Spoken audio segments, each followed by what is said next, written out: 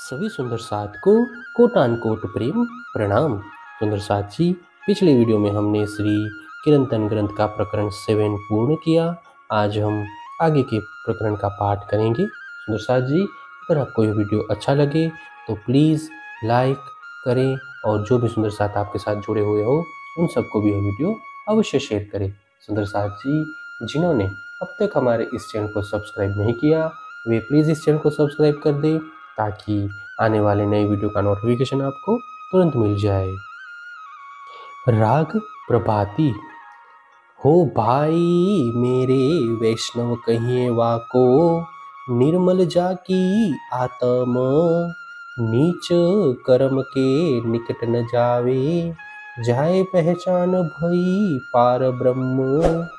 हे मेरे भाइयों, वास्तव में वैष्णव जन तो उन्हें ही कहना चाहिए जिनकी आत्मा निर्मल हो, जो निंदनीय कार्य कभी न करते हो और जिन्हें पूर्ण ब्रह्म परमात्मा का परिचय प्राप्त हो गया हो। ईसक लगाए पियासो पूरा, खेले अबला होए अहनिस, ओ अंधे अज्ञानी भरम में भूले, पर या ठोर प्रेम को रस। ऐसे वैष्णव जन तो पूर्ण रूपेण समर्पित होकर पूर्ण ब्रह्म परमात्मा से प्रेम करते हैं तथा दिन रात सखी भाव से भक्ति करते हैं, किंतु विवेक रूपी दृष्टि से रहित अज्ञानी जन ही ब्रह्म में डूबे रहते हैं। परमात्मा का धाम तो प्रेम रस से परिपूर्ण है। जब आत्म दृष्टि जुड़ी पर आत्म, तब भयो आत्म निवेद, या विध लोक लखे को नहीं कोई, कोई भागवंती जाने ए भेद। जब आत्मदृष्टि मूल स्वरूप परमात्मा के साथ जुड़ जाती है तब परमात्मा के प्रति आत्मा समर्पित हो जाती है।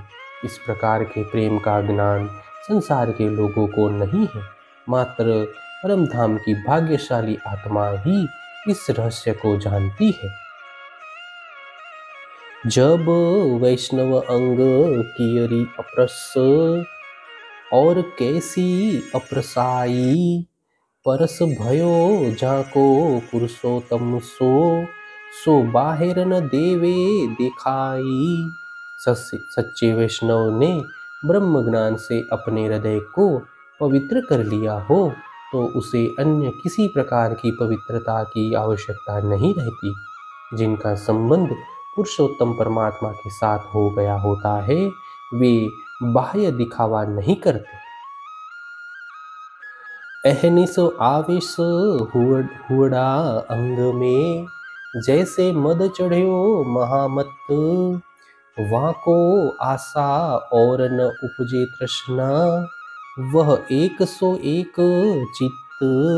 ऐसे वैष्णवों के अंगों में मदमस्त बने हुए मनुष्यों की भांति दिन रात प्रभु के प्रेम का आवेश भरा रहता है।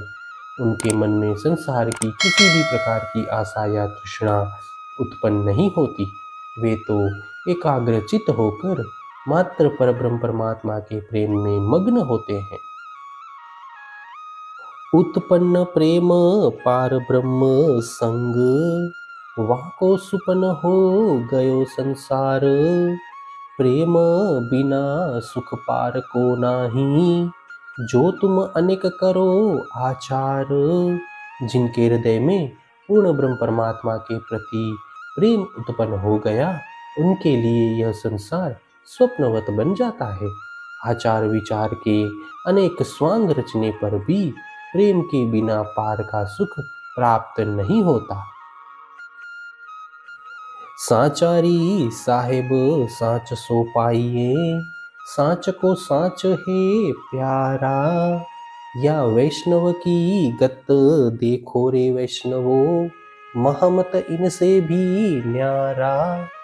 सत्य स्वरूप पर ब्रह्म परमात्मा हृदय के सच्चे प्रेम द्वारा ही प्राप्त होते हैं, क्योंकि सत्य परमात्मा को हार्दिक प्रेम ही प्रिय लगता है। इसीलिए हे भक्तजनों, वैष्णव की इस पद्धति को तुम देखो, महामती तो इससे भी आगे हैं। प्रकरण 8 चौपाई 81। राग बिलावल। कहाँ भयो जो मुख थे कहो, जब लग चोट न निकसी फूट। प्रेम बान तो ऐसे लगत है, अंग होत है टुक टुक। मात्र मुख से कहने से क्या होगा, जब तक परमात्मा के प्रेम की वाणी हृदय को बींध न ले। प्रेम के बाण इस प्रकार चुभते हैं कि सारे अंग टुकड़े टुकड़े हो जाते हैं। मुख के शब्द में बहुत सुने, इन भी कोई दिन किया पुकार। पर घायल भई सो तो कोइक कुली में, सो रहत भवसागर पार। मैंने साधु संतों के मुख से परमात्मा की प्रशंसा वारंवार सुनी है। वे बाह्य रूप से परब्रह्म परमात्मा को याद करते हैं, परंतु हृदय स्पर्शी वचनों से घायल होने का सौभाग्य इस कलयुग में किसी भाग्यशाली को ही प्राप्त होता है। ऐसे भक्तजन इस झूठे भवसागर में रहते हुए भी इससे परे रहते हैं। वहाँ को आग खाग बाघ नाग न डरावे, गुण अंग इंद्री से होत रहित। डर सकल सामी इनसे डरपत, या विध पाइए प्रेम परितीत। ऐसे भक्तों को अग्नि, हिंसक जीव जंतु, बाघ या नाग कोई भी डरा नहीं सकते।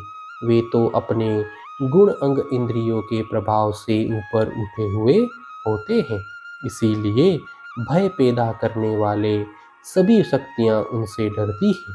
इस प्रकार उनके प्रेम की पहचान होती है। लगी वाली और कछु न देखे, पिंड ब्रह्मांड वाके है री नाही। ओ खेलत प्रेमे पार पियासो, देखन को तन सागर माही। जिनको धामधनी के प्रेम की लगन लग जाती है, ऐसी आत्माएं और कछु देखती ही नहीं है।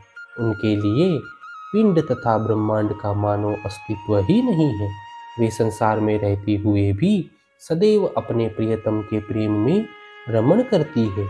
देखने मात्र के लिए उनका शरीर संसार सागर में होता है। जो कोई ऐसे मगन होए खेले प्रेम में, तो या विध हमको हेरी सहल। पर पीवना प्रेम और मगन न होना, ये सुख औरो है मुश्किल।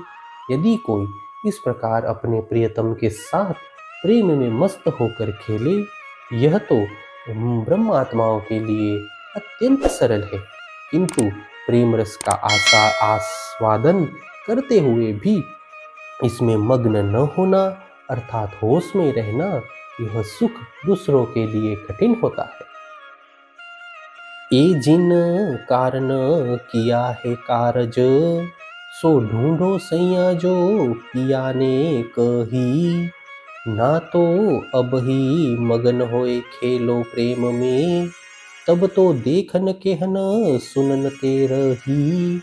इस ब्रह्मांड की रचना जिन ब्रह्मांडों के लिए की गई है, वे सभी इस ब्रह्मांड में आकर माया में भूल गई है।